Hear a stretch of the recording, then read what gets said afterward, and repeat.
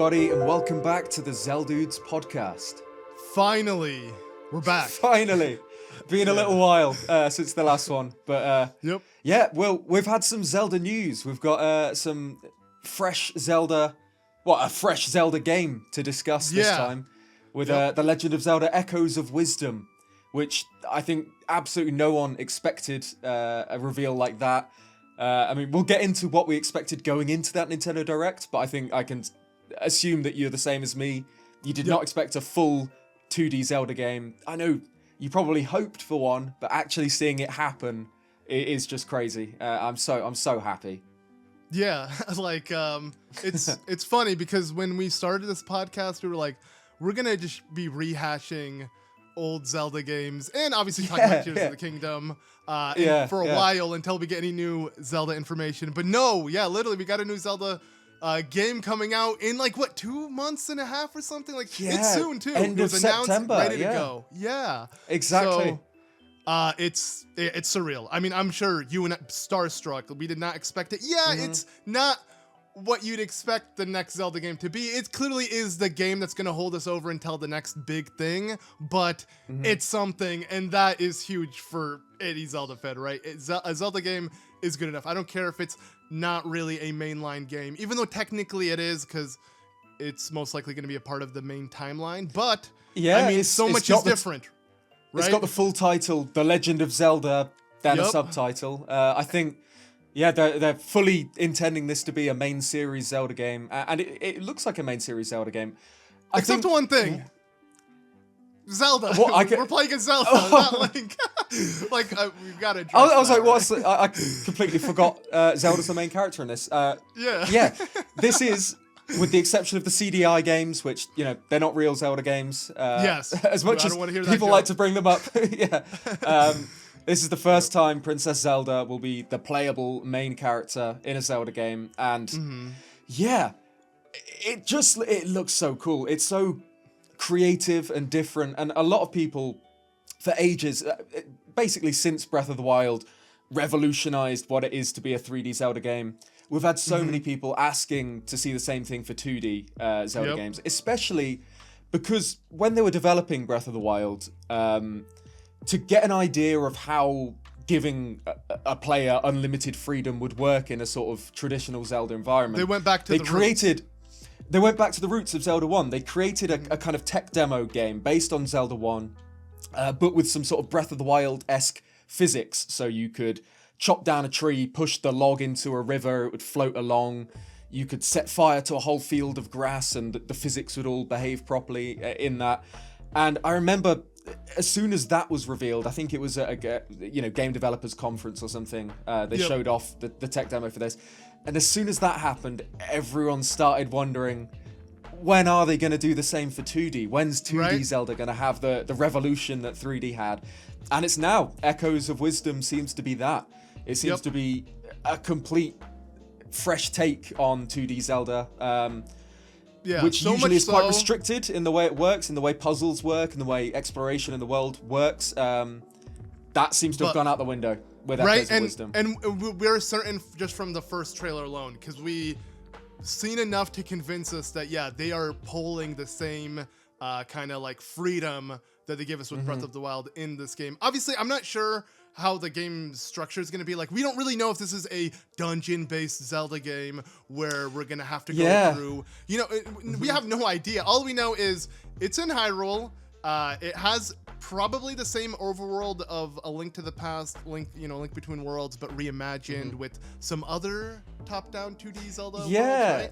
It looks so that's interesting. That's the world is something we should get into at some point, because it does. A lot of people have pointed out that it is very closely based on the A Link to the Past map, which kind of now has become the de facto, the main 2D Zelda Hyrule map, because exactly, because we had it in obviously A Link to the Past, but then A Link Between Worlds, basically the exact same world again. Obviously a few things are different, but it's the same. And what we saw from this one, it looks with Echoes of Wisdom, we can see similar things, from the Breath of the Wild style panning shot we got of Hyrule at the start of the game, which awesome, by the way. Such a great way to introduce the game. But we saw Hyrule Castle in the center. We see the Eastern Palace nearby, even the lake. We see that she's the quite lake, close to Zelda. right? Yeah. Exactly, Where it's got the little Turtle Rock lakeside used cave. to be. Yeah. Exactly. So it's very, very similar. But Death like Mountain you said, is where it used to be as well. well, yeah. So Death Mountain is an addition, sort of, to it. That's a little bit weird because you get. I think in the original A Link to the Past, I might be wrong here. I'm pretty sure in the original A Link to the Past, Death Mountain was only called Death Mountain in the Dark World, and the Light World version. Yeah. Either didn't have a name in the English localization, or it might have been called Death Mountain as well. Either way, Death Mountain was kind of the Dark World version. And now, at least what we've seen in Echoes of Wisdom, it looks like that seems to be 2D a Death snowy Mountain. area, a sort of a Hebra area. Whereas on the other side of the map, so in the northwest, we have what looks exactly like Death Mountain, like what we've come to expect, as in a massive volcano. So that's one example of how they've taken A Link to the Past world, but I think they're vastly expanding it. I think we'll be able to leave Hyrule in multiple different directions, because there's lots of things we've seen in that trailer that we didn't see in A Link to the Past or A Link Between Worlds. Exactly. The Great Deku Tree, Gerudo Town. Yep. Well, we do have that world. We've seen way too many other things from other timelines, let alone, A Link to the Past per se. So So what's your theory here? Because actually, we purposely, when this news came out, we purposely didn't talk to each other until now. Yeah, we haven't really talked since we got a new Zelda game. So exactly. Yeah, purposely so we can gush about it in the podcast. But yeah, so what's your theory there? Because obviously, one thing I do want to talk about, I mean, the way the world is going to be structured. What I'm thinking is, maybe the dungeons won't be the heavy component. Maybe it is just exploring this new Hyrule and getting to all of its corners, kind of like Breath of the Wild. Because, Gerudo Town is coming to a top-down 2D Zelda game, which is something we haven't seen in maybe like Four Swords Adventures or something. Four Swords Adventures that was really Gerudo, it. And then obviously I'm thinking of Cadence of Hyrule. I can't help but think of Cadence of Hyrule every time I look at this game because it was the most recent top-down 2D Zelda game and let you play as Zelda. But it sucked because it was a rhythm game. So it wasn't a Zelda game. So I'm not good at that game. No, I haven't beaten it. I'm terrible at rhythm games. Same. I could not play it. But yeah, so this looks like it's truly gonna give us that wonder that game could have given us, but now truly by Nintendo. And it's actually by Nintendo. Cadence of Hyrule, a lot of people may not know, but it's not by Nintendo. It's not even a Zelda game. It's literally featuring The Legend of Zelda. Has nothing to do with the series as a whole, but exactly. Whereas this one, despite how different it is, and I'm sure we'll talk about exactly how it is different, with the exception of the obvious, the main character's different. But yeah, this is very much a main series Zelda game. So I hope that we do have traditional dungeons in this, and I hope it is, even though, like I said, there are these new crazy mechanics that are completely new for the series. I do hope there is a little bit more traditional Zelda. I hope so too. I hope at the core, elements. Core, sure, right? Why not? Yeah. So I think. I don't want to make any predictions. I want to say I think there'll be dungeons. I think in the trailer there's a few shots that could well be the dungeons. We saw there's kind of a watery room where Zelda's building a bridge of beds through it. There's a fire cave, which could be a fire-themed dungeon. The main reason that I think dungeons are probably more likely than unlikely is that in Breath of the Wild and Tears of the Kingdom, which are the only main Zelda games that completely forgo the classic Zelda dungeon. I know Tears of the Kingdom, they're called temples, but they're still not proper Zelda dungeons, We've I think we've talked exactly, whereas this one, I don't know whether they'd want to break this world up into shrines like they did in Breath of the Wild and Tears of the Kingdom. I don't really see how that would work in a game like this, and that's how Breath of the Wild and Tears of the Kingdom get away with having such small dungeons, is that if you actually put all of the dungeon content together in those games, there'd be a huge amount. It's just they're split up into shrines all across the world. I can't see that happening with Echoes of Wisdom. We'll talk later about what the rifts are. Maybe they could function as kind of little shrines. We do see Zelda exploring one of these new purple rifts, which maybe could be small overworld challenges. Either way, I don't think they'll be replacements for the dungeons.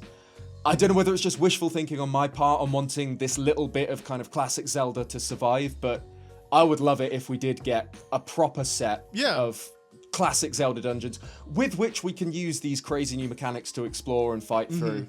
See, the reason why I'm worried we might not get a classic dungeon, or like maybe we might get something like it, but yeah, I don't believe we'll get the true traditional like classic 8 dungeons that we saw in the other 2 top-down Zelda games that were probably set in a similar Hyrule. And the reason why is because of the new mechanics. Yeah, they just look too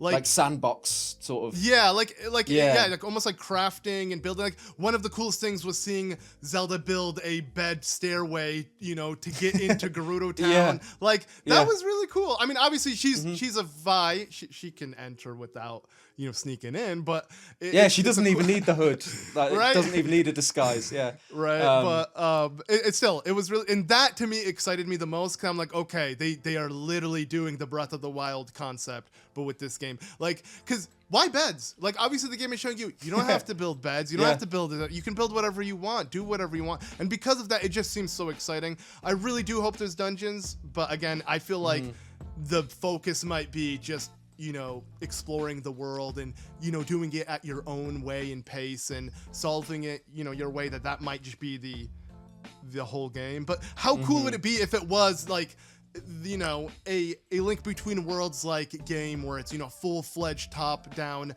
Zelda game with all the classic dungeons and all the elements, but you're playing as Zelda. That would be that'd be perfect. So cool, right? And imagine really if good. like if at its core it could still be beaten with Link. So like imagine I got 2 theories. One, either when you beat the game, you can play as Link, because the game has so much different ways of beating the game that, you know, you don't have to use Zelda's magic. You can literally use a sword and shield and beat it, or you can literally summon Link, because you know how you could see Zelda summon the monsters. Right? So maybe there'll be replay value in that sense, to where you don't even, let's say you don't even want to play as Zelda, you can play as Link in some sense. That'd be really cool to see. There's like little bits that make me think that maybe Link will be playable for some parts of the game. I think it's a pretty safe bet to assume that he'll be playable in the intro, assuming what we saw at the start of the trailer was the intro to the game. You get a little Ganon fight, then obviously the whole rift thing happens, and whatever.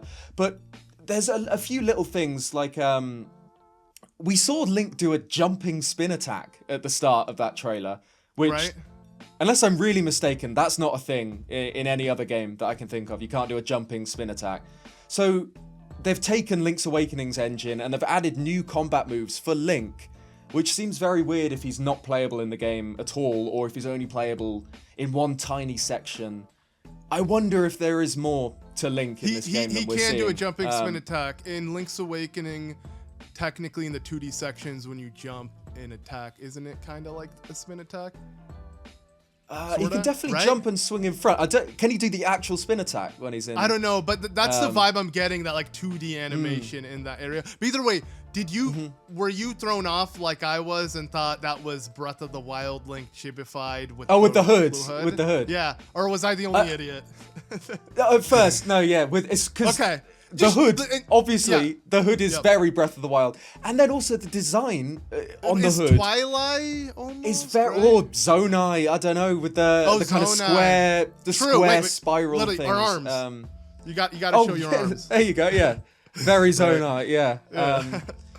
But yeah, he's got the Zonai pattern on his cloak. I mean, I say Zonai like it's confirmed, like it's the Zonai. Right, I thought the Twilight, like the Twilight, because it's also very similar to the Twilight. It's specifically that teal color, right? That's like the color you see on the Twilight, and it reminded me of like Midna's hood or something. But I do get like Zonai, Twilight. It might be neither, but we're getting vibes of that, right? Yeah. Either way, there's something we don't know with what's happened just before Echoes of Wisdom. Because Link has this new cloak with that maybe Zonai, maybe Twilight, maybe something else design. But he's also got a new sword and a new bow, which are also the same design, also that same teal color with the same square spiral design. And another thing interesting about Link's sword. So in the beginning of the trailer where we see him fight Ganon, each side of the hilt has a spiral. So it's kind of like the same either way. I don't really know how to describe that, but either side of Link's hand is a spiral.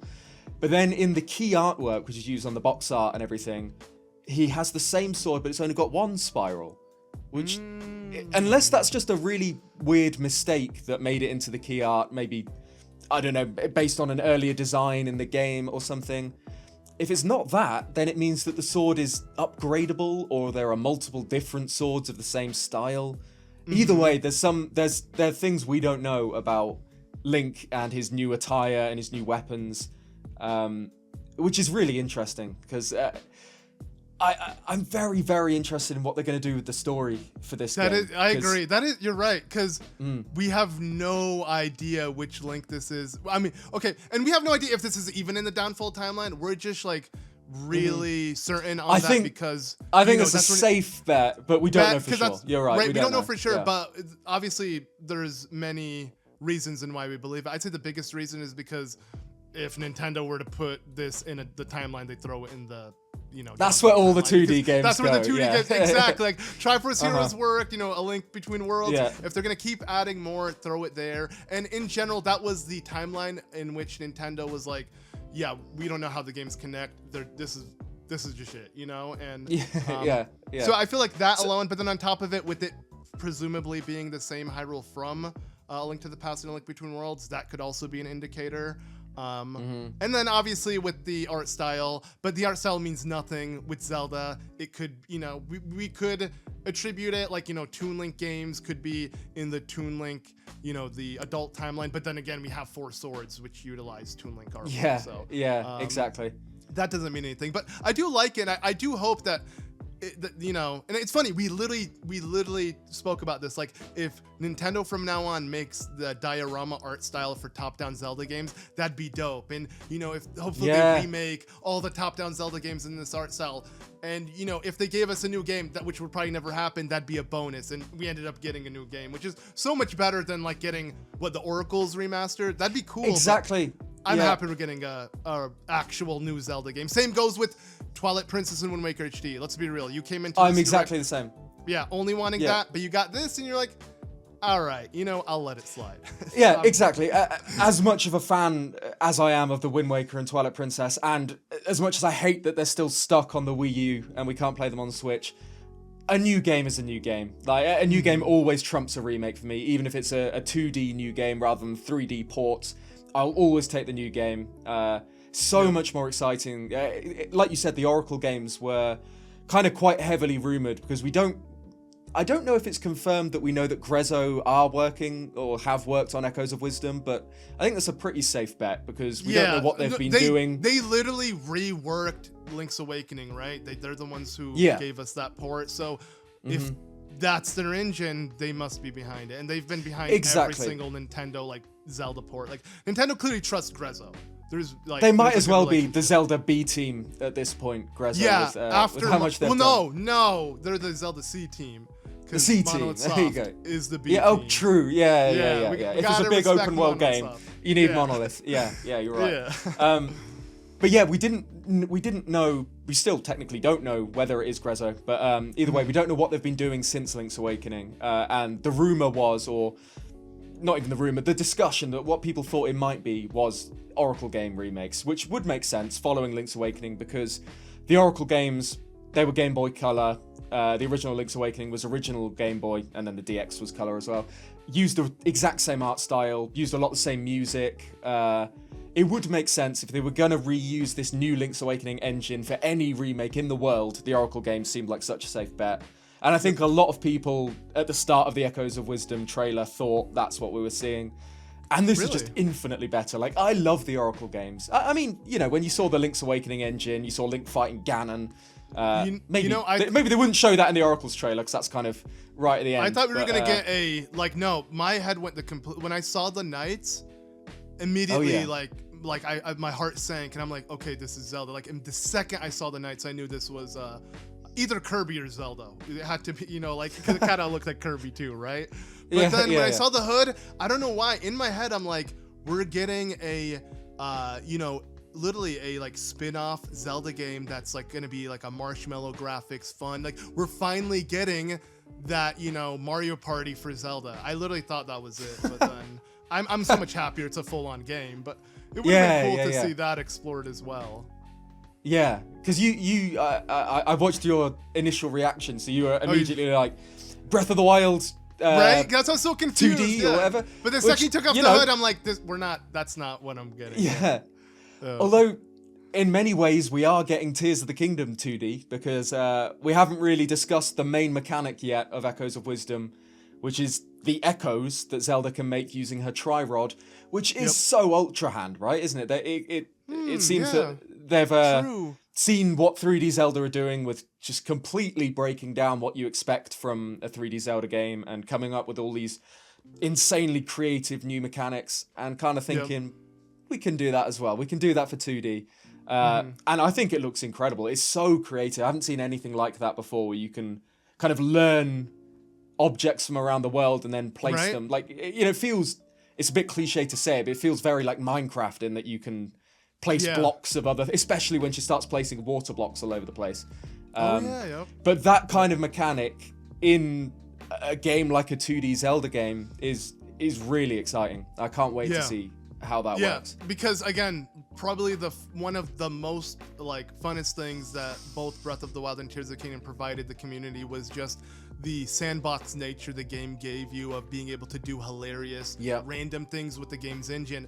This is going to be exactly that, but on that 2D scale. And it looks so good, because it's funny you say like with the whole like lighting things on fire. In the trailer we literally see that Zelda happens. Light, right? It's like so it's showing you that it has parallels to Breath of the Wild, or like the gliding. Like obviously we've had gliding in top-down Zelda games. It's never that efficient, but like you see Zelda cover distances now. Like it's really changing, and it's like I like, because you can picture that Hyrule from corner to corner, but then you see certain landmarks Zelda is in, you're like, okay, I don't recognize any of this, and this is gonna be way more rich, even if it still is the same four corners, maybe the same size as A Link Between Worlds and A Link to the Past is Hyrule.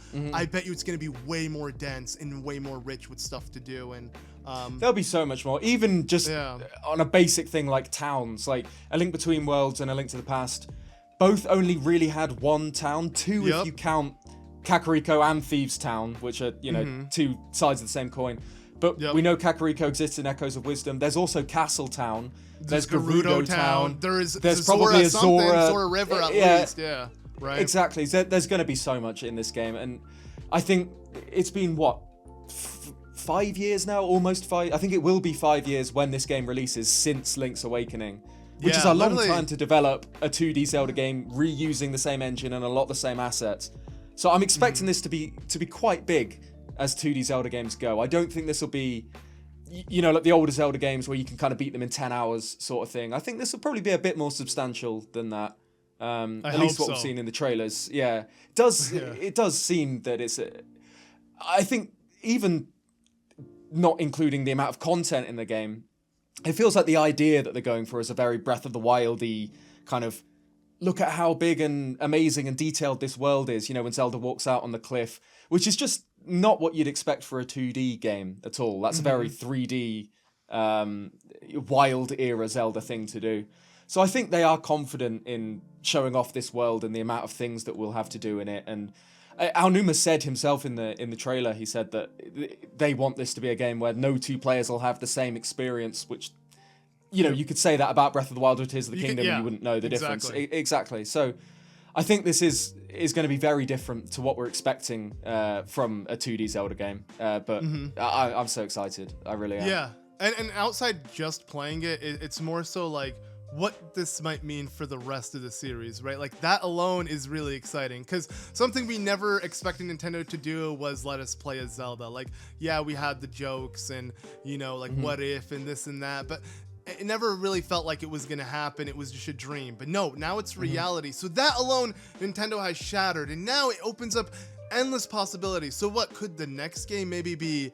I was gonna point to my shirt, a Ganondorf-based Zelda game. Like clearly right? Because clearly this game Echoes of Wisdom. Wisdom, a part of the Triforce. Zelda has the little Navi thing. What's it called? Try? Try. Yeah, it's just try. Yeah. Nintendo didn't even try with the word whatever. I didn't try with that pun. But yeah, no. So yeah, clearly the Triforce. I mean, we assume Zonai or Twilight Tech. They could just have it be Triforce Tech, or I mean, or Magic, and no one's gonna question anything. If anything, I'm happy to see the Triforce again, because that's kind of True. been a little bit absent from recent Zelda games, but I don't think it'll be absent from this, having a companion called Tri, yeah. who is I wonder if followed by little golden triangles. How cool would it be if it's it's literally the Triforce of Wisdom, like sentient, like it somehow became. It could be. I think that's as good a guess as any right now, Right? honestly, because we don't know what, other than Mysterious Fairy, we don't know what Tri is. Bro, it's the Triforce. It is. Well, I bet you it is. That makes. Yeah. What am I saying? I think Aonuma said. What was it? The staff channels Zelda's wisdom or something like that. Which I think it's very Triforce related. So which is my point is so cool. Yeah. Go. My point is, what if we get a Triforce of Power game, like Echoes of Power, or the Roar of I don't know, something. Something like that. Yeah, because I was thinking of echoing. Because it's cool what they've done with how Zelda plays in this. Because I remember, obviously, years before this, every other interview with AG Aonuma or any other higher ups in the Zelda team is, are we getting a playable Zelda game? Because that's just been what everyone's been talking about forever. Playable Zelda game. Sorry, and the answer's always been, maybe if we can find a way to make it good or make it work. But I think the main hang-up that they had in the past is that they didn't really want to make a playable Zelda game if it was just a Zelda game, but you swap Link for Zelda. Because why? Like, if it's just having a main character who's got a sword and a shield and explores this world, why wouldn't it just be Link? They didn't want to just swap it for Zelda for the sake of having a Zelda game. They wanted a reason. They wanted to have an idea that suited Zelda better than it did Link. And then you've got your idea for a Zelda game. And they've done it perfectly this time, because Zelda doesn't fight with a sword. She doesn't fight with her power or courage. It's wisdom. She has to kind of outsmart her enemies, set traps with items or clone enemies and have them fight for her, which is so great. And it feels like how you'd expect Zelda to work. It's all magic. It's all a bit hands-off, as you'd expect for the princess. So yeah, if they do a Ganondorf game, that's just got to be like Hyrule Warriors or something, right? It's just got to be, just mass murder. Yeah, exactly. Yeah. Yeah, but it'd be cool, and it's interesting because even Aonuma, like the shirt he's wearing, I mean, I feel like it says all three. Oh, it didn't say the one we saw was power though. Was power like little, in the jacket. center? Yeah. So, and then you see like Link knocked out. It seemed like a Ganondorf victory shirt or something.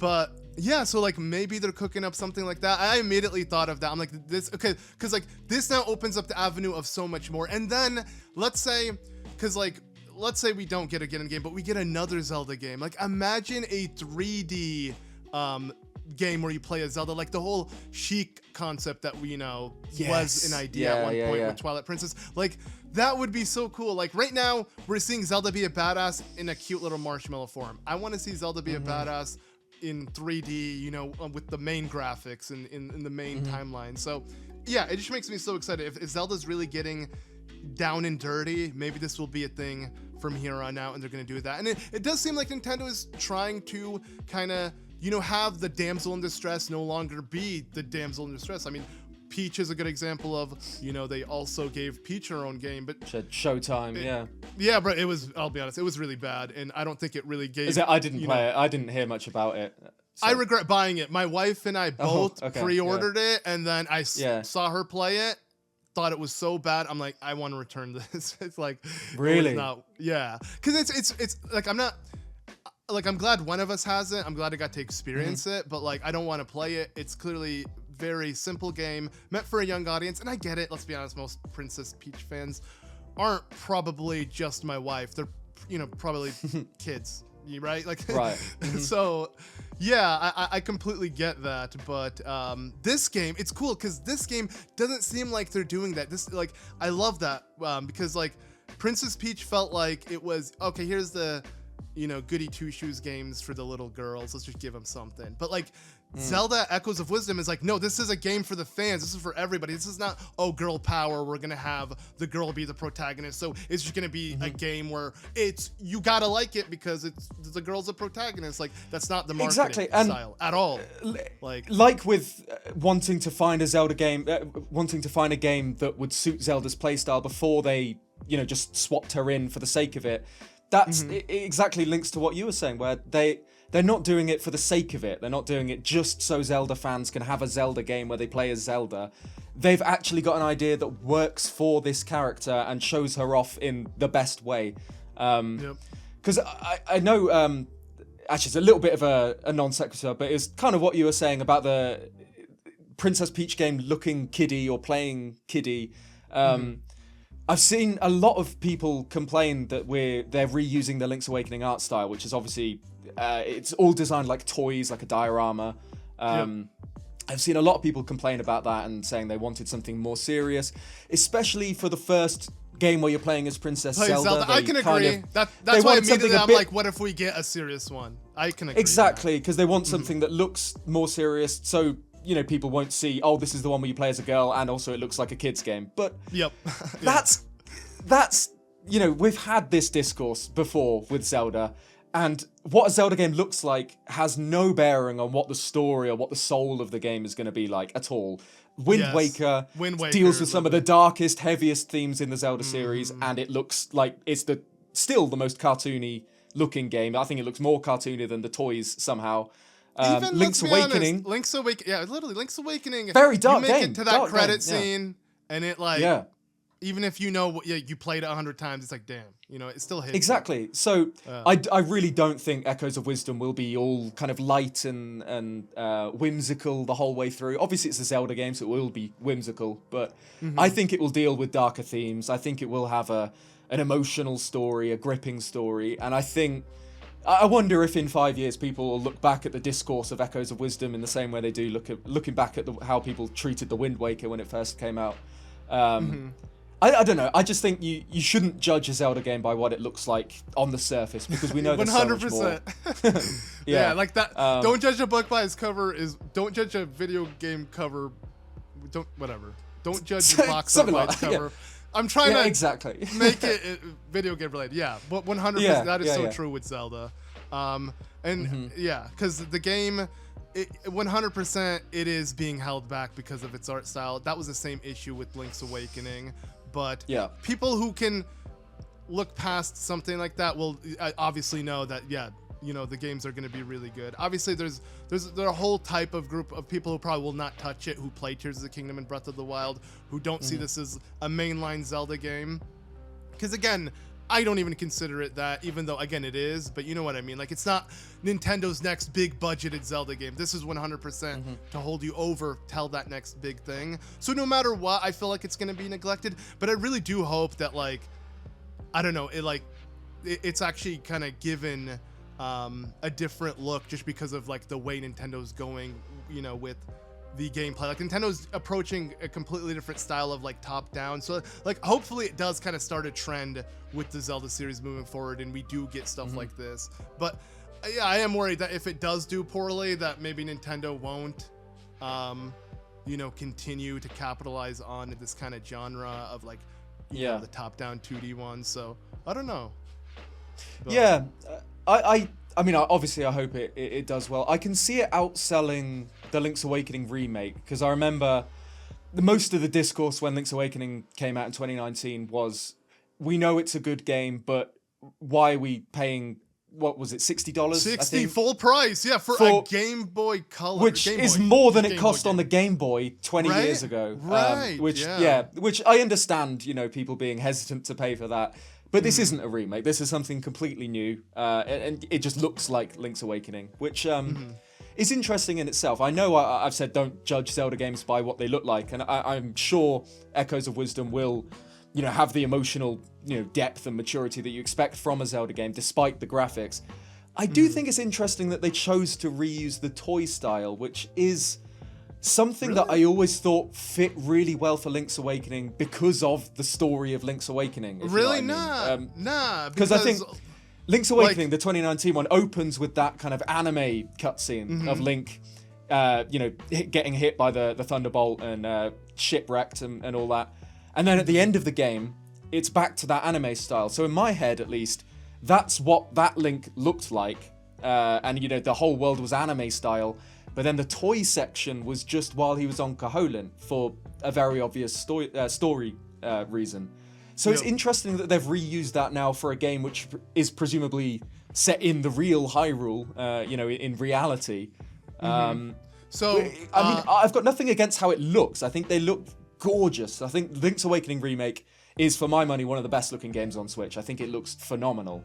But the style, the choice to go for the toy thing again is interesting. And I wonder if there is a little bit more to the decision than just because they had the assets already. I don't know. So I used to be exactly like you. I did kind of shift my opinion as time went on. I'm not exactly sure if it was Zelda or Pokemon related, but the reason why I kind of shifted my opinion is because, I was with you. I did believe that, okay, I can get behind the diorama style. It's like Link is in a dream, and it is all, kind of dreamlike and looks, all like an imagination toy, this and that. And that makes sense. And that's why, the ending and beginning is anime, and then everything in between is that marshmallow style. But I do remember, I think it was Pokemon Brilliant Diamond, Shining Pearl. I believe so they also went with kind of a marshmallow-esque art style, right? And it was poorly received compared to Link's Awakening. If anything, people kept comparing the two between each other, like, yo, Game Freak, do what Nintendo did. Stop giving us this crap. Game Freak wasn't it's even true. behind. Link's Awakening looks gorgeous. Doesn't matter what your opinion on the choice to go for that art style. Looks amazing. Pokemon, not so much. But I remember, I think it was Pokemon. Again, I might be wrong, but the reason why they went with that art style is because they believe that's what people remembered it as when they were younger. And I have a feeling that is what Nintendo thinks as well. So when you played all those top-down Game Boy games, you just think of big, dark eyes, simple kind of cartoony face, right? They kind of do look like that in your head, right?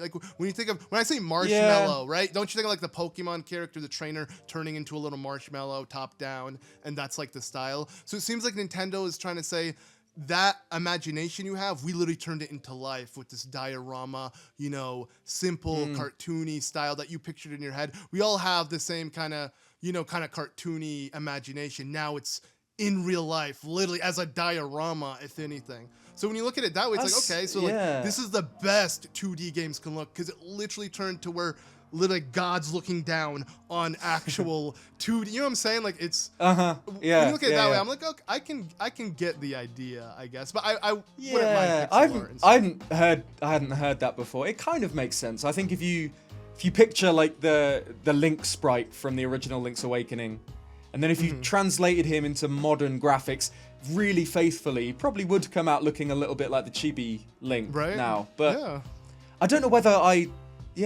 that's how I thought of games when I was playing them as a kid. I don't remember thinking of what games looked like. It was just a world on a screen. I don't know. So when you pictured Pokemon Platinum or Pearl and Diamond, the original, and your character was a little marshmallow, you didn't picture them kind of looking like that? Not the remake on the Switch, but in your head you pictured kind of them looking like that, right? At least I feel like I did. So that translation works, but.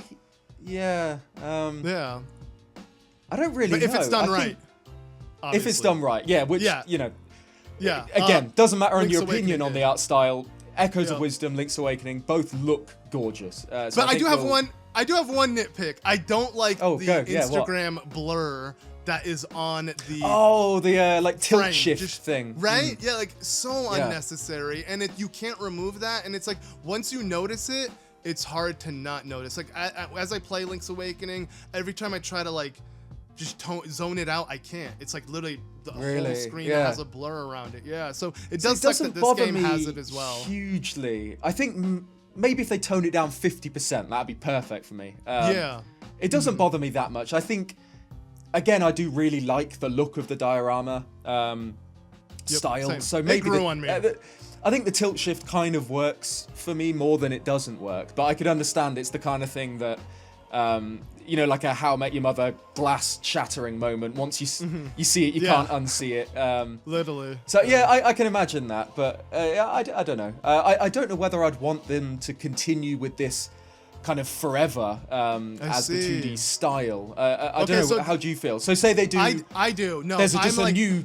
give me Minish Cap. Give me every Zelda. Give me this art style. I don't care if this is the new. Like the way I see it is like this is how Nintendo should do it. So moving forward, the realistic / experimental art styles are for the 3D ones. Now top-down Zelda games, all diorama. All travel-based Zelda games, Toon Link. There we go. Now we're set. Keep giving us games like that every few years. That would be amazing. I feel like that should be like the way Nintendo explores the 3 splits in the timeline, essentially. So you got, there you go. Right? The Young Link timeline is the realistic Link. The adult timeline is Toon Link, and now the Fallen timeline is Diorama Link. Yeah, I've heard a few people on Reddit. They try. They're thinking Toy Link makes sense for this one. You know, you've got Toon Link, then you've got Toy Link. He looks like a toy. Looks so identical, it's unreal. It's the most realistic amiibo, the Link's Awakening Link. Yep. Yeah, it's the spit. But yeah, I don't know. I can maybe for another one, especially if they do the oracles at some point. I think I'd like to see it done in this style.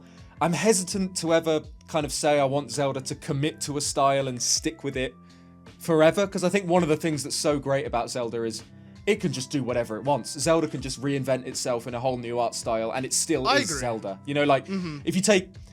I mean, you can't get more of a dichotomy than Wind Waker into Twilight Princess. They could not be more different, but at their core, they're basically the same. You know, they play the same, they feel the same, but they couldn't look more different. I 100% agree, but wouldn't you just want a little consistency, like some identity, something you know that's going to consistently come out? Because like with Zelda, it's like we have no idea. There's no like, oh, this is the year of the remake. Oh, this is the year of the mainline game. Oh, this is the year of Zelda something comes out. And it's like, it would be nice to like know, oh, we're going to get, oh, this new Toon Link game is going to be like a travel-based game. You know, they're going to give us finally a new travel-based game or something like that. Or they're going to give us another top-down game. So, okay, it's the dino. It would be cool if we had that. I don't know. For me, I would like that. I think I'd prefer them just to do whatever. I think just a surprise. I mean, I was about to say, as long as it's got a little dude in a green pointed hat in it, I'll know it's a Zelda game. This one doesn't. So yeah, right. That doesn't even count for this one. Yeah. We've got a little chibi girl in a hood, which is interesting in itself, because I've seen a few people discuss ideas on why she's wearing the hood. Obviously, it's Link's hood. We saw her. Yeah, if Link was wearing it, there was a reason. Yeah, so the reason. Yeah. But, I'm sorry, I've just realized a bit of a change in topic in what we were just discussing, but it just popped into my head. But it seems Echoes of Wisdom will begin, obviously after the whole actual intro, will begin with Zelda in jail, where she meets Tri, which is obviously in itself, that's a callback to A Link to the Past, where Zelda is in prison at the start of the game and Link has to rescue her. But then I assume Zelda will be able to rescue herself from her prison cell with her new abilities. You know, maybe like in the Wind Waker's. I think the cloak will let her go in public and not be like the princess and realize it's royalty. That's exactly. I think something is going to happen akin to A Link to the Past, where the guards get possessed or something. Either way, I think Zelda is going to be a bit of an outlaw, which would make sense that she has to cover her head in a cloak, because she's probably the most famous person in Hyrule. If she is, if she's on wanted posters like Link was in the beginning of A Link to the Past, and I mean, it wouldn't take long before she got I'd like to think the entire land knows what their princess looks like. I'd like to assume, right? In the UK, you can't go anywhere without I'm sure everyone knows the Queen, or knew the Queen. Yeah. True. But yeah, especially with Zelda, especially the way, because she looks the same as her mother and a grandma and a great grandma and a great great great grandma, and every other Zelda in history looks kind of the same. Give or take different hair on their occasionally. currency. If they didn't have rupees, it'd be on their currency straight up. Exactly. Yeah, right. But I think that's probably the reason behind the hood. I wonder if there'll be some possession, or Zelda will be blamed for something she didn't do, or maybe either way, she just likes the way it smells. It smells of Link. She misses the dude. Maybe, yeah. Some She just girlfriend thinks boyfriend energy. The hoodie. it's the equivalent of a girlfriend wearing a boyfriend's hoodie. Could just be that. Yeah, exactly. But we do see in the trailer, we do see a Sheikah who is probably Impa. Again, seems like it's at the start of the game. We see Impa battling some Hyrulean soldiers, which is weird because they should be serving Zelda, but Yep. I don't know. I think there's something going on there where Zelda will be in hiding or whatever at the start of the game at least. So that's probably the reason with the hood. Yeah, and let's be honest, the game won't seem too threatening if like the entire kingdom is on your side and you're what evil is, then what evil is there to set out for. But obviously this evil seems to transcend whatever humans could do. This is like beyond. This is some weird purple void that is like just swallowing Hyrule, something we've never seen. Way more threatening than Malice even. It's not just eating up the world, it's straight up just dissolve, like it doesn't exist. It's straight up an empty void. Yeah, right? like Gloom in Tears of the Kingdom. If you kind of need to go over, lie down, and it drains your energy a bit or whatever. This one, you're just swallowing up. You're in purple land. Yeah, exactly. Which I can't wait to see how that works. I said a little bit at the start of the podcast that perhaps the rifts that are all across the world, perhaps they will function maybe not as shrines, but as, something similar in that they're little pocket challenges you could explore. Because we do see that clip of Zelda moving through the rifts. There's one of her running away, but there's also one of her actually inside a rift. And yeah.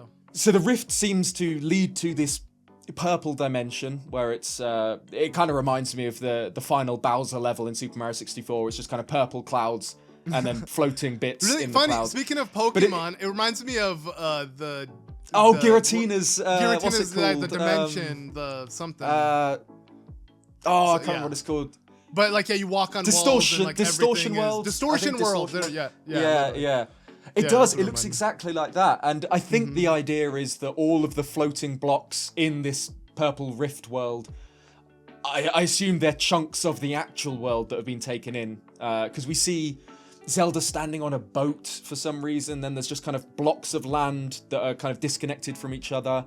I assume anything that gets rifted in the overworld will then just turn up floating in the rift world. Yeah, and actually... as you say that, I feel like I should mention this. We heavily emphasize that it does look like a Link's to the Past and Link's Awakening's map, that Hyrule. But no, it did have some elements of, Link's Awakening as well, not just a Link to the Past and a Link Between Worlds. You know what I'm saying? Where's the Link's Awakening? I feel like when you did see like certain parts missing, wasn't there like a part of like Gopunga Swamp or something? I feel like, I need to rewatch the trailer a couple more times, but maybe I might be wrong. I think the clip you're thinking of is, I don't know where that is. I don't think it's in A Link to the Past Hyrule. It probably is a slightly expanded area. Link's Awakening. Do you mean the one where we Link's see Awakening?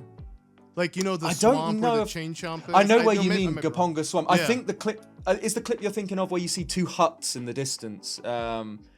There's a kind of river section in the trailer where in the foreground there's a big chunk missing of a rift, and in the background you see kind of water. And I don't know where that. I assume that's something to do with the River Zora, which actually is another thing we haven't discussed. Yeah, we see the River Zora and the Sea Zora together. Yeah. So what do you? So why? Why are two like Zoras from different timelines entirely interacting? Well, the Zora timeline is a mess. Go to Commonwealth Realms channel if you want a whole intricate breakdown of the Zora timeline, because it is crazy. But we did actually have both the sea and the river Zoras, which are the two different types. We actually had them both in Worlds, right?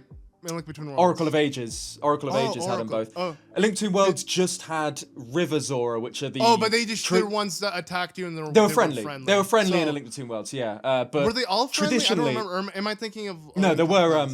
you're right, no, there were enemy ones in A Link Between Worlds, and also there was it Queen Oren or something like that? Yeah, either way, there was like a friendly queen in that. But yeah, traditionally, River Zoras are the kind of green... I don't know how to describe them other than green. Look a bit like dragons. We They looked at float them in as the river. Zoras. They throw essentially. fireballs at Link. Yeah. And then you get the sea Zoras, which are the kind of more humanoid, traditionally kind of silver, like the Alliance ones in of Ocarina of Hyrule. Time, Majora's Mask, Breath of the Wild, those Worship Zora. the royal family. You know. Exactly, yeah. So they're the two different types, and usually they don't appear in the same game, which kind of... That's why you get this Zora timeline where people are trying to work out the evolution of the Zora race, whether River Zora evolved into Sea Zora or vice versa. So now this, kind of makes you question. If So this one we've got happened, both. Yeah, exactly. We've got the River Zora and the Sea Zora in one game, which happened before in Oracle of Ages. I see. Okay. So either way, in the trailer it looks like they're arguing, and I think the simplest explanation is that they're two kind of rival factions of Zora. Who don't get on, and I assume Zelda will have to kind of calm that somehow. And, But do you believe it's like the rift that could have merged them together, or do you think it's in Ages? I don't remember the Zora having both versions of them in that game. So in that game, was it like in Ages because one was in the past, one was in the present? You know, because how? Ages. No? They just Ages happened to didn't- coexist. They just coexisted. They were Ages just had traditional River Zoras as enemies, but then there was also, I can't remember if it's Zora towns or a village where you visit the Zoras at some point. Oh, but do you think that's even and they- like really like? Do you think they were thinking about the nitty gritty with the lore, or do you? They think do this was mention an it. They do oversight? mention it. Oh, they do. There's Okay. one of the Zoras in the town or the village. They say, I hope you don't confuse us with those River Zoras. We're much nicer, or something along those lines. So like the two types of Zoras are aware of each other, and they don't seem to get on, which does seem to be what's happening in Echoes of Wisdom. So I reckon it's just that we've That's got two cool. different I types. see. 'Cause it's interesting because many fans like me who don't know that little detail from that one game in particular would think there's Yeah. some merging in the timelines in why those two Zoras exist. But if they did this before, then it wouldn't surprise me. I if think it it's existed I think it's then. probably much simpler than I what see. a lot of people are thinking That's for. cool. I Yeah, think, but that's cool. yeah. I really need to replay those games. It's funny they added them on the Switch, but then I ended up playing it on my analog pocket instead. But need to beat it. It is interesting. That's why I we need think- the remakes. I think there's a lot of Echoes of Wisdom that makes me wonder, and this is completely unsubstantiated, makes me wonder if it perhaps began development as an Oracle's remake and then turned into something else. There's a lot of things in it that are very Oracle-y, not just the reuse of the Link's Awakening engine and art style, which we've already said, but the fact that the Great Deku Tree appears here, whereas you had the Maku trees in the Oracle games. Obviously, you've got two Yeah. types of Zora.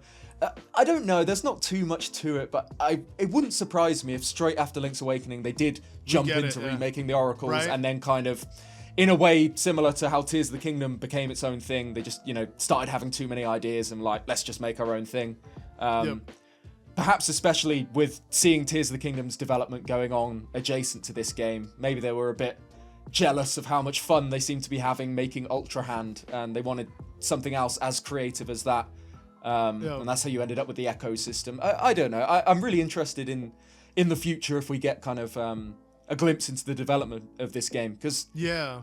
it's been 5 years since Link's Awakening, and we don't really know the story of how this game came about, really. And that's so interesting to me.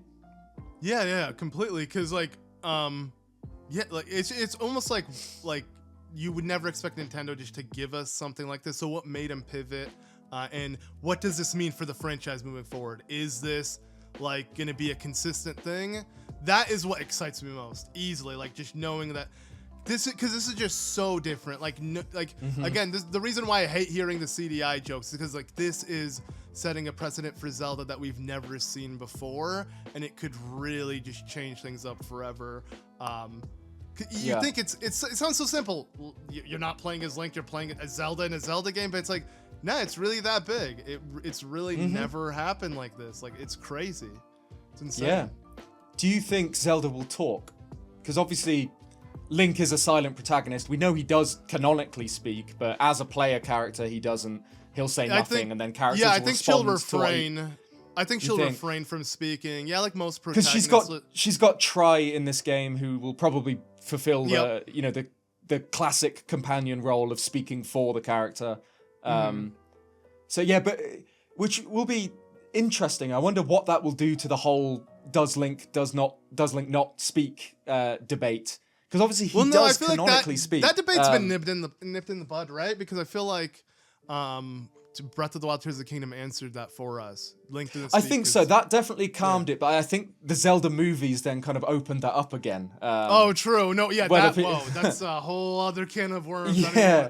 You know what? I don't even want to Exactly, think about. I want to thank God we got Echoes of Wisdom, because that was our last bit of hype, and it was gonna be the hype we had to like ride on until some Zelda news. And thank God we got something that's actually tangible, that's coming out this year, that we're gonna have and be able to a whole new Zelda game. Yeah, yeah, exactly. It's so much better.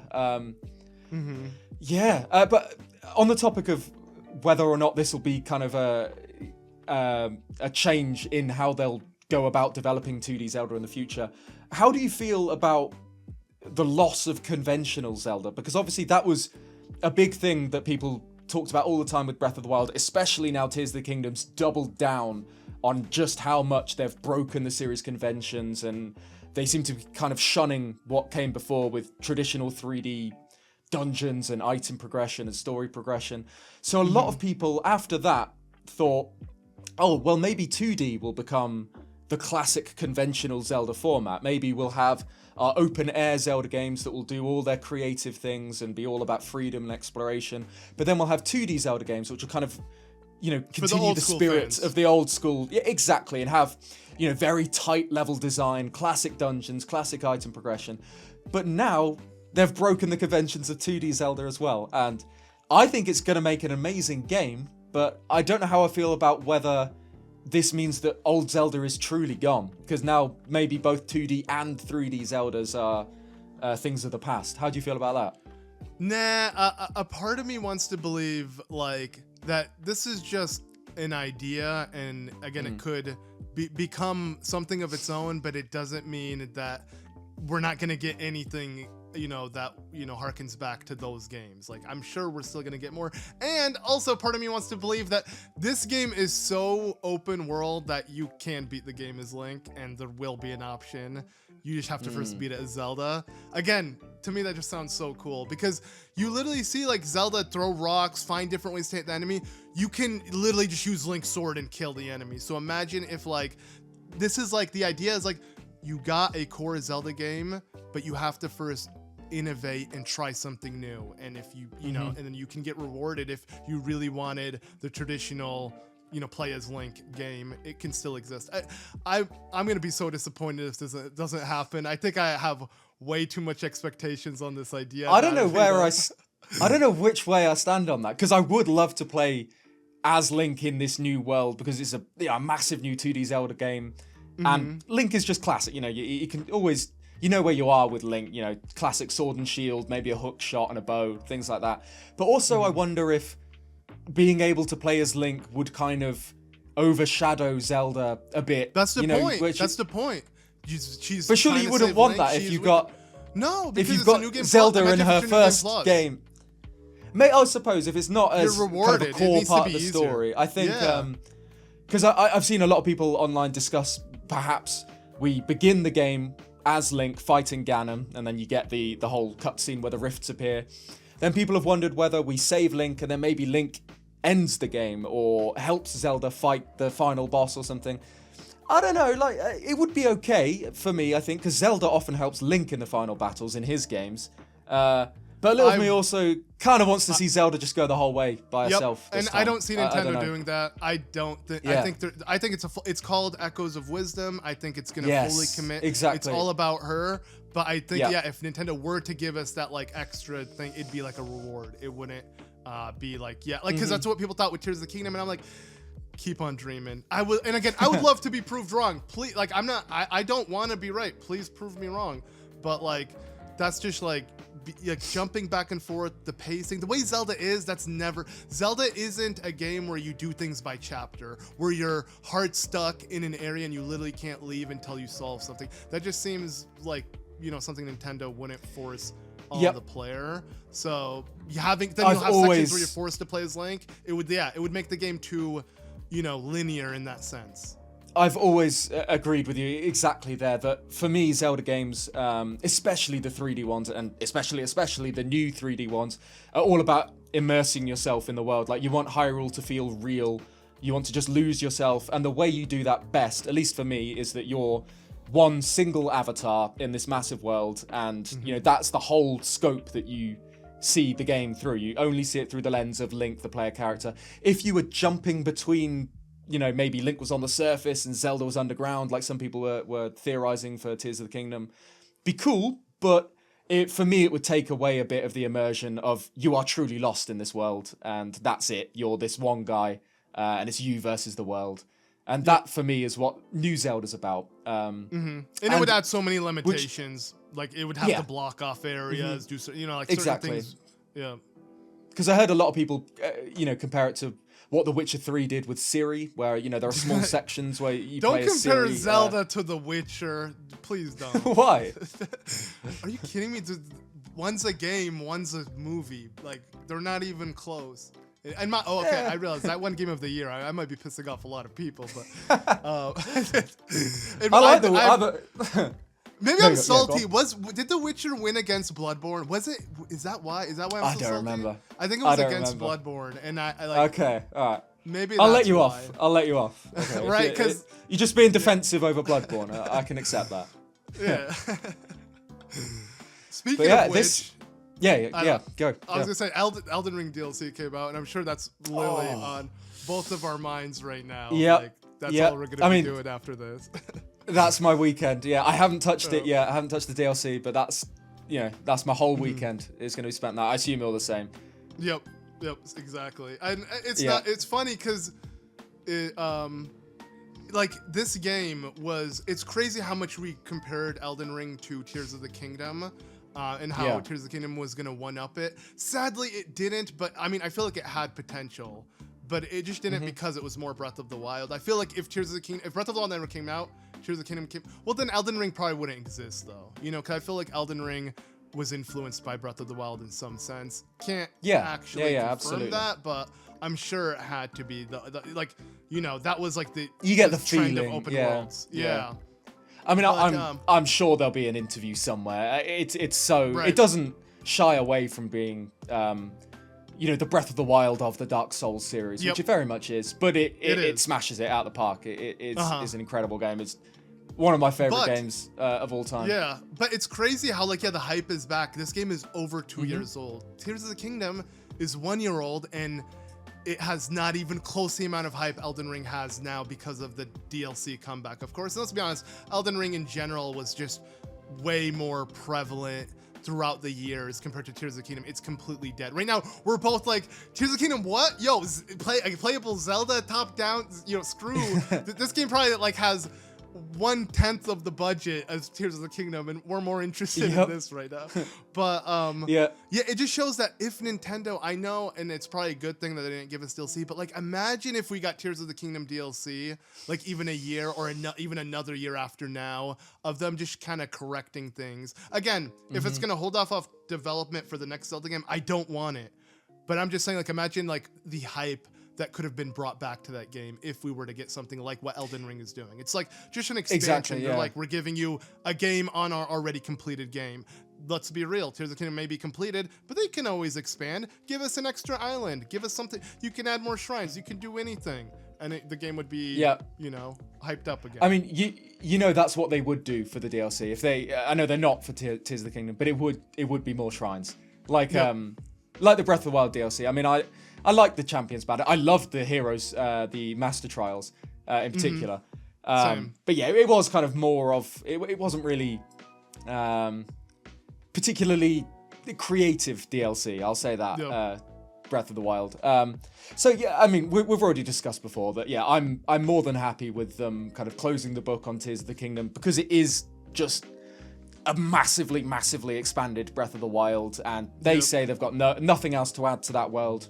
Fair enough. Give us something new. I think I'm more than ready to see some other version of Hyrule, or some, you know, something different. So I'm excited for that. And what's interesting though is I feel like with Elden Ring's DLC, trust me, this has to do with Zelda. I know we're ZELDUDES. We're not soul dudes. Eldudes. Elden dudes. Yeah.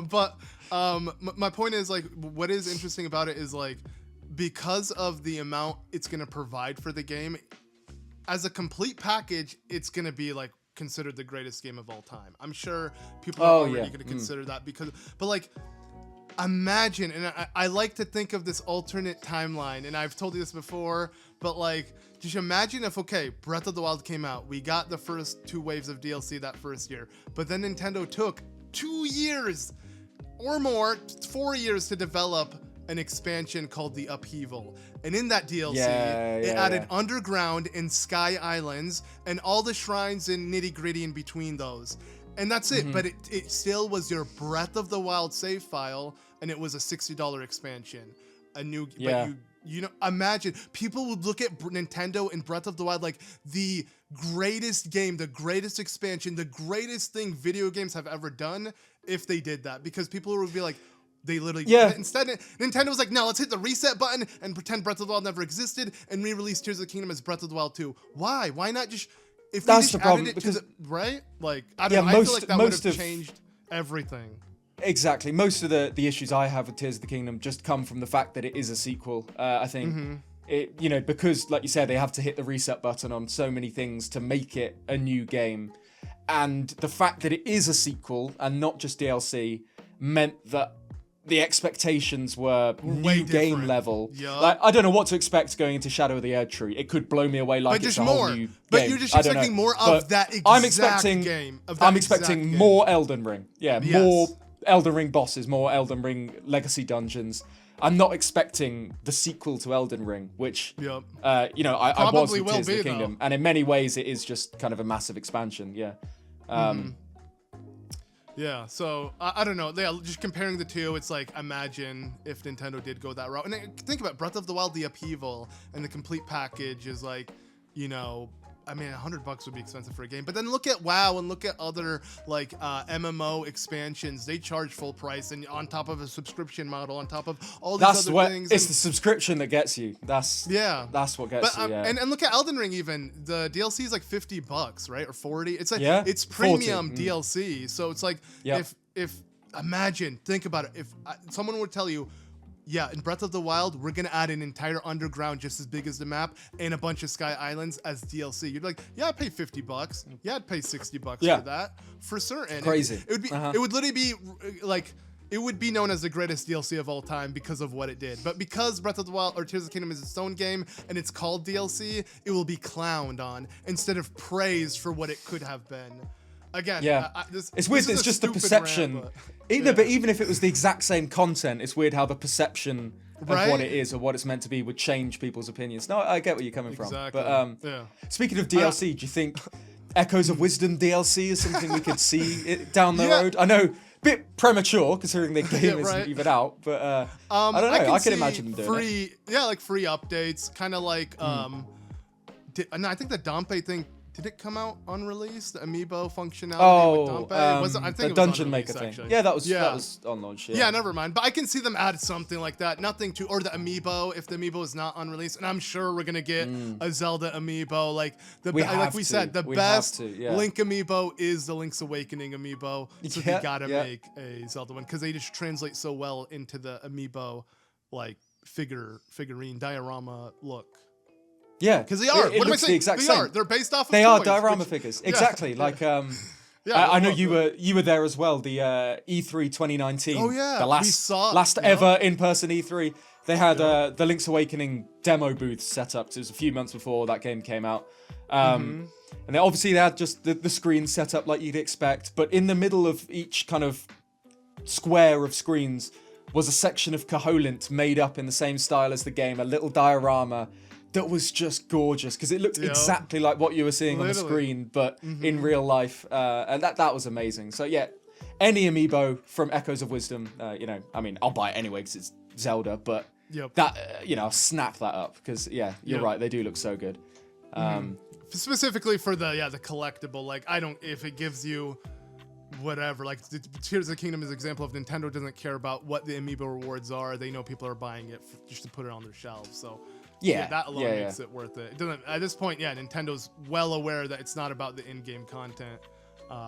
Nintendo fans are just psycho. And I mean, look at my room. I have no room to talk. But I'm yeah. Are you gonna get the Switch as well? The new Zelda Switch Lite. I regret. You know what's funny? We were talking about Pearl and Diamond. I literally got the special edition for Pearl and Diamond like earlier this year because I gave away my original Switch Lite.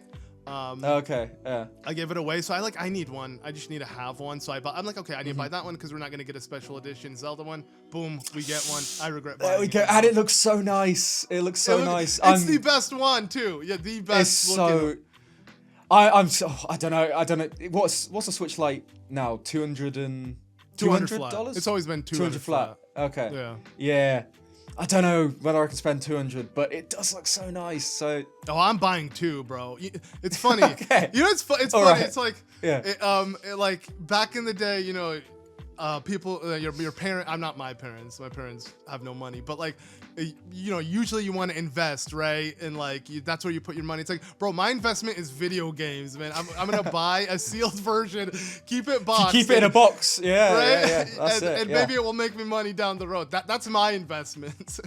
Yeah, I sometimes think that you see like what a new sealed Ocarina of Time or something goes for on eBay, and you know, you think about opening that plastic and you think how much money you wasted as a kid, right? Opening these fresh games. If you kept, but we were too dumb and oblivious, and like we couldn't game collect. Like like imagine if I had everything from when I was a kid, I would be able to sell it for so much. But I mean, like the idea is now, like we collect it and we think, oh, maybe 10 years down the road it might be really special, and who knows? Maybe it will be. Let's be real, you're never going to sell it anyway. You want it on your shelf too much. Oh, I mean, literally, I have like my gold Zelda stuff. I have like the gold Ocarina, or the gold N64. I even like modded a gold Game Boy Advance because we never got the Game Boy Advance gold, right? But then I have all the other. That was it. Yep. Oh, I'm missing that one, but I do have the 3DS, and I have. Oh no, but I don't have the DS one either. My brother had the gold SP. It came in the Minish cap back in 2003 or I don't know, ages ago. But either way, all it was Zelda so special cool. It's one of my gold. They're all they're all gorgeous as well. Yeah.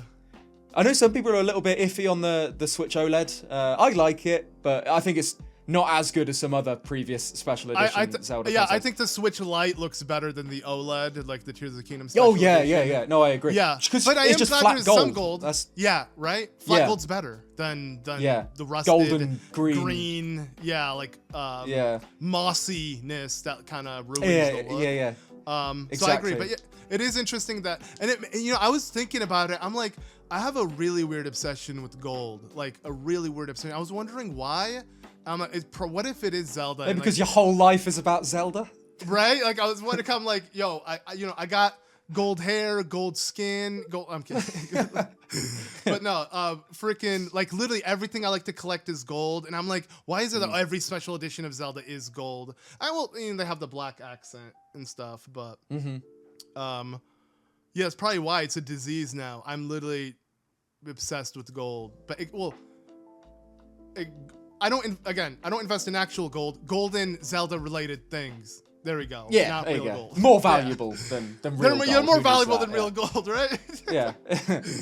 Exactly. So you're getting two of them. Are you gonna get What were you saying? I was gonna say no. We're rocking the same shirt. Actually, speaking of like being Zelda nerds, speaking of right?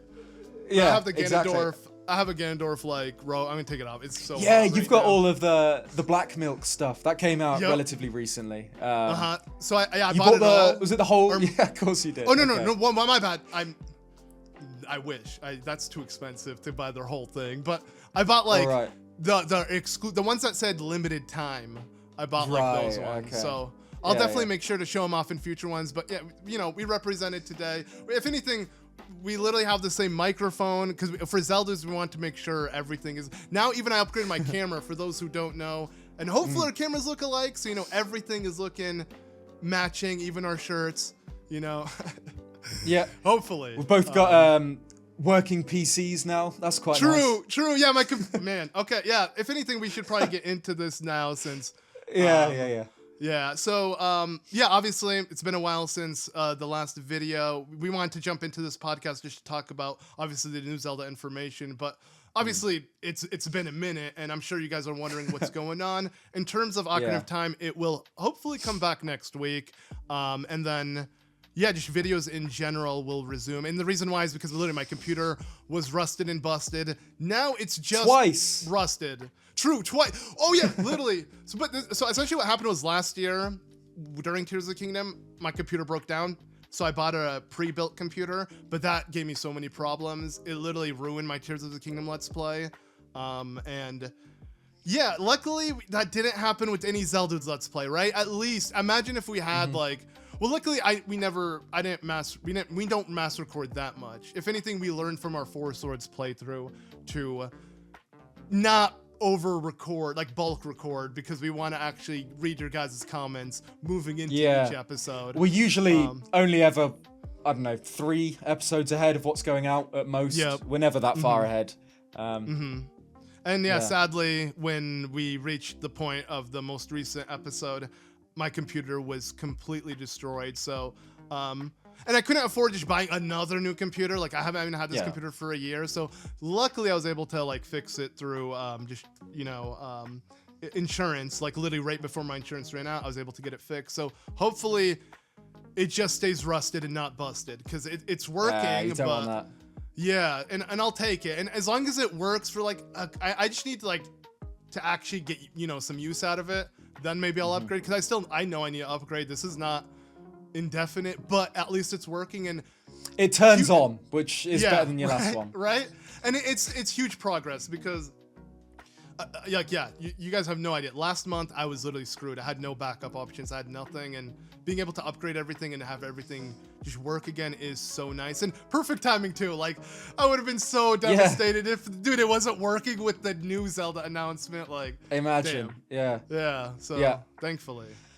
Yeah, so we'll get back into consistent uploads again. But we kind of left you high and dry a bit on what was going on with the channel, and we do apologize for that.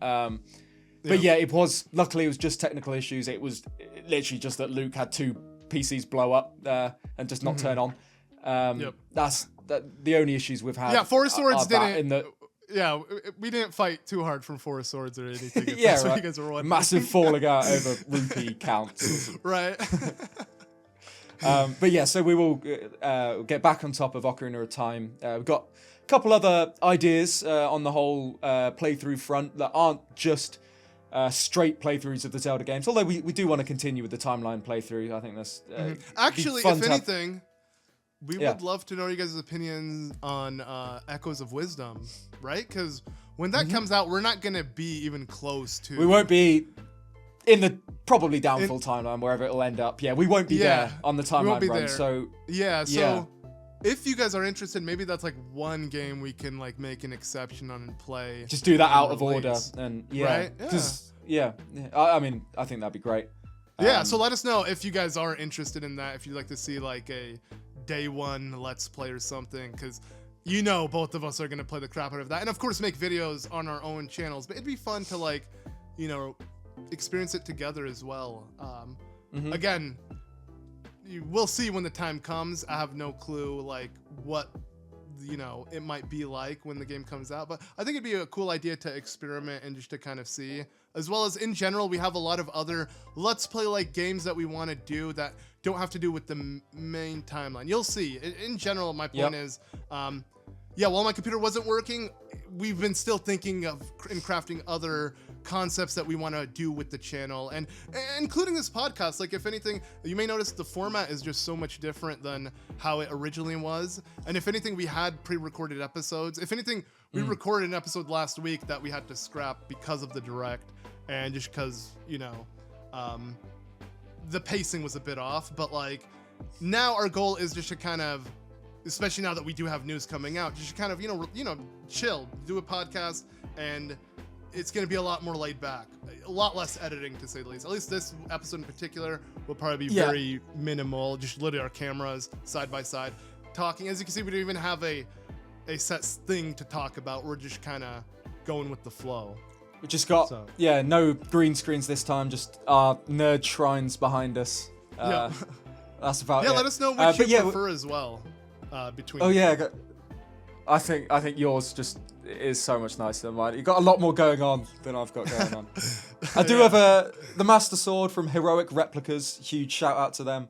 Sure, you're gonna replace that one though with the Bandai Namco, or is it Bandai? Oh, the one that's coming out at the end of August. Yeah. Yeah, I didn't pre-order that one. Hopefully, I can get my hands on it after. I didn't even know pre-orders had gone up. So if they have, I've missed that. Okay, well we're both on the same page, so hopefully we both managed to get one. Because I mean that's something else we haven't discussed. Maybe we'll do another podcast on it at some point. But we've got Masterworks coming out in August. And true, and Legos. It will be huge. We've got the Lego sets. Yeah, we got. I mean, I know you. Did you order 2? I didn't even order it. The Lego set. Not yet. Oh man, you need to get on that. I don't know whether that'll sell out. Maybe. I doubt it. I don't know. I don't know what scarcity's like with Lego. Right, but I feel like with Lego Mario, everyone was afraid, and everyone has one, right? Like, they'll make sure, like, there'll be enough plastic, We'll make sure. Like, it's actually crazy when you think about like the amount of waste Lego really is. But yeah, I'm buying one. I'm buying 2. I don't care. Like, yeah, man, it's a Zelda Lego set. It's what we dreamed of when we were like. Well, at least I was playing, I played lots of Lego when I was a little kid. My parents just had kind of buckets of random assorted bits that they'd, inherited from other parents. There was no set space is what I'm saying. It's just a bucket of random pieces. And I'd build Zelda things. I'd build like castles and whatever, but they were always terrible. And I would always dream about an actual Lego Zelda set existing. And now it does. So yeah, I've got to buy 2. I've got to have both the Breath of the Wild and the Ocarina of Time tree. So I can't wait for that. So I don't know, maybe we could cover Masterworks and other news that we haven't done in this podcast in another one. Because like Luke said, we're not only are we going to get back on the LPs, but we're going to do more podcasts in kind of a more casual style like this, like slightly shorter. We got a few comments saying the previous podcasts, which were usually over 2 hours, were a little bit long, and you guys wanted something a bit shorter, a bit more casual. So that's kind of the idea behind these ones, where it's just cameras, less editing. Because sadly, talk about Zelda for a bit. Because we even have like 2 episodes with guests that we recorded last year, like the end of last year, that we never put out because of the technical difficulties. And like in general, the way it was recorded, it's such a hassle to edit. And that's why we minimalized it to this degree. And so let us know what you think of this format from not only video, but just like the way we cover things. And hopefully moving forward, we're just going to kind of shift a little bit. Because, it's interesting. When we started this channel, the podcast was the first and foremost thing we wanted to do. But then as we did that, we're like, why not play games and talk instead of that? So we shifted to Let's Plays. And now that we've done Let's Plays and it seemed like it's the main gist of the channel, I feel like coming back to it will be a bit different because, the idea of the channel is a lot different, to say the least. Like, it's just like now just more of a like we're just chilling essentially. That's exactly it's all about Zelda basically. That's exactly what you can expect as the dudes talking about Zelda. There you go. It's dudes talking about Zelda. There you go. That's the channel. So let us know in the comments what you think about the plans going forward. Also about Echoes of Wisdom, because we've got a new Zelda game coming. We'd love to hear your thoughts, whether you'd like to see us play the game as soon as it drops, like Luke said, or whether we should wait till later in the timeline. Let us know your opinions on it. And anything else you'd like to see on the channel? Anything else Zelda related at all, or Zelda adjacent? I know Luke and I have talked about Zelda-like games at some point, games like Tunic and things heavily inspired by The Legend of Zelda. Would love to do that. But any ideas for anything, just let us know. Yep. But and I guess that pretty much wraps things up for the return episode of the podcast. So hopefully a lot more. And again, starting from this video, things will be a lot more consistent. And if there happens to be something that forces us to delay things, we'll make sure to immediately update you guys. We'll let you know. Something I tend to do on my channel a lot is go ghost. I'll make sure Ed will make sure I don't do it on this channel. So I'll try. I'm only one man, but we'll have a go. But yeah, thank you so much for watching or listening wherever you are to this episode. And yeah, we'll catch you in the next one. Cheers, guys. Yep. Peace.